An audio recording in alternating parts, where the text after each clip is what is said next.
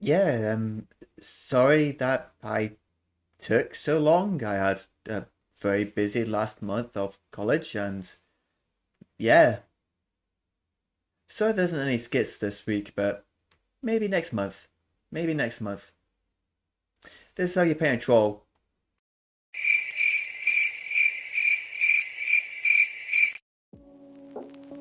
Yeah, here's the collection of paints you'll be needing for this model. Uh, since, depending on the actual model itself, this is actually going to be a double model video, since there's goblins. Yeah, yeah. To start, use Chaos Black as a full body spray. To start, use Mechanica Standard Grey as a heavy dry brush, going over all the soft flesh of the body, including the face.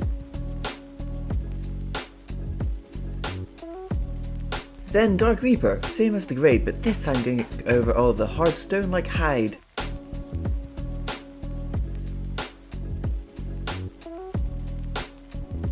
Next up, Dawnstone as a light dry brush over all the Mech Stand Grey.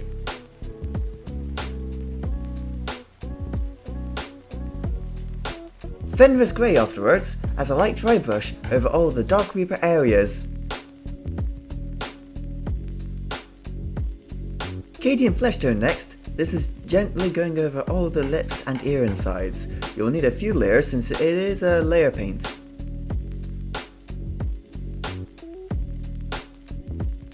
Be careful with this next paint, but Screamer Pink is next, just needing to go onto all of the visible gums on the model. It isn't just for the toenails, Incubi Darkness will be going over all the nails, teeth, and stones found attached to the model.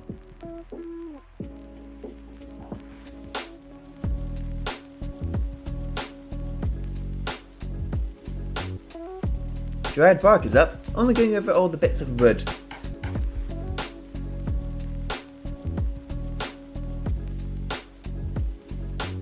You are going to need Corn Red after the wood, going over all the bandings.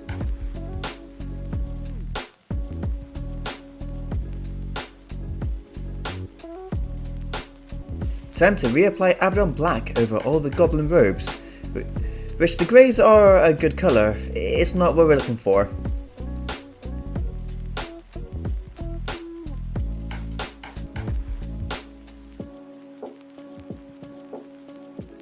Well, Flesh is up now, going over all the visible goblin skin.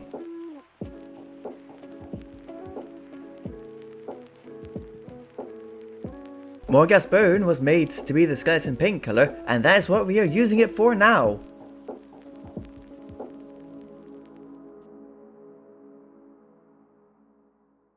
And the final base step is Runelord Brass. That's just going onto the goblin pendant. The first of all the shade paints is non-oil.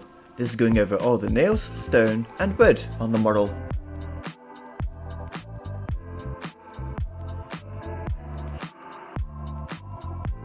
Reiklin Flesh Shade is next, to be applied over all the lips and ear insides. The next step is just Carroburg Crimson, just for the gums. After that is Berserker Bloodshade, going onto all the red bandings.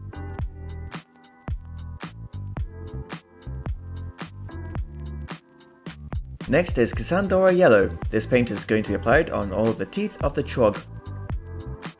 It's time to shade the Seraphim Sepia onto the bones. Don't forget to apply it to the goblin's teeth as well. Agrak's Earthshade is now up, just going onto the goblin trinket. And the final shade is Corellia Green Shade. All you need to do here is add it onto the goblin skin, and you're done. Starting with the layering stage is Kislev Flesh, to be applied onto the highest ridges of the inner ears and lips.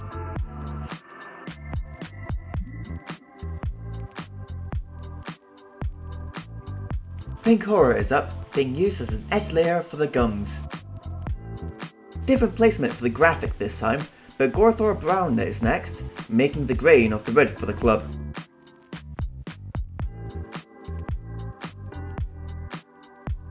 Then choose layer orange to go over the edges of the Troggoth teeth.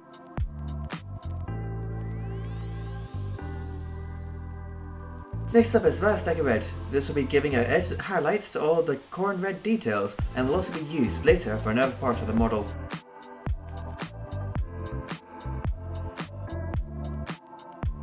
Cabalite Green afterwards for the first layer of the stones and nails, avoiding all recesses.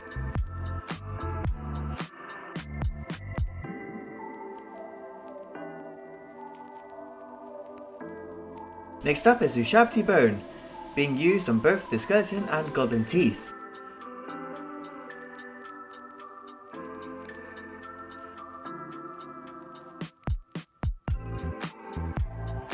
A requirement for only the goblins is Carrick Stone. This is going over all the rope and string found on said goblin.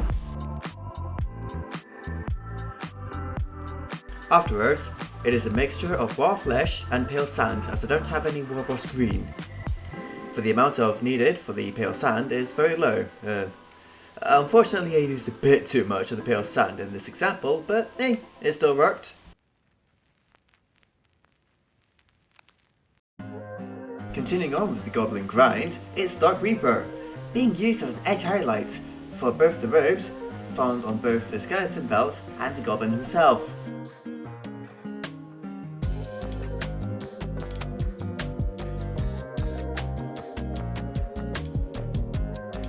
Cyclox Bronze is of course needed for the final highlights of the trinket, finishing the final metal detail. Now it's finally time for the Rastacker Red. We are wanting to use it for the eyes for both the Troggoth and the Goblin. Be sure to have it watered down so that it's not too much of a mess when applied. Call the stones done with Cyberite Green, using it as a neat edge highlight across all the Cabalite areas.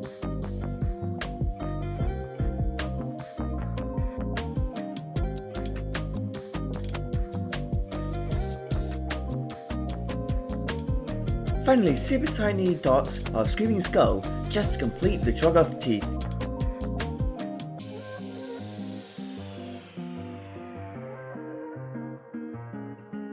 The final use of Dark Reaper being used as a highlight for the Goblin robes. After that, consider the model finished and ready for the basing step.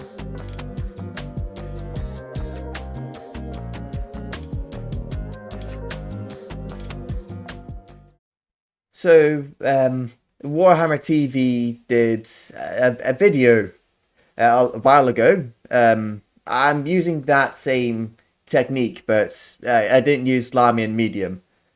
If you're wanting a better way of describing it, well, yeah, teaching it, you can just go to the video. I'll put an end card video on there, and I'll even put it in the description for you. But for now, here's how to paint it. So to start the base, start with Mephiston Red. This is needed over the entire base.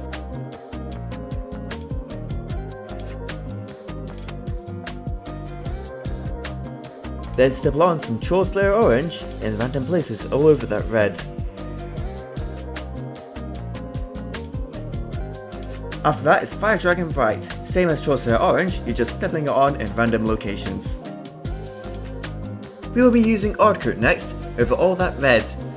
This is just to ensure that all the coming texture paint will come out with bigger divides in the cracks.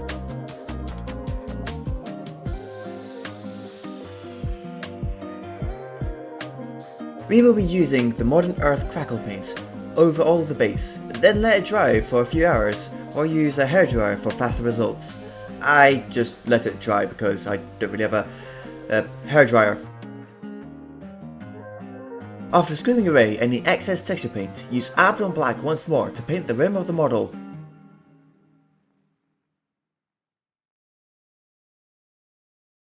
And finally, a Brimstone Firegrass Tuft to finish the base. Thank you so much for watching. I hope you enjoyed this, and if I can get up to 50 subscribers on here and 100 followers on Twitter, I might even do a little silly accent for my next video. Which is Skaven. I'm doing a lot of Skaven.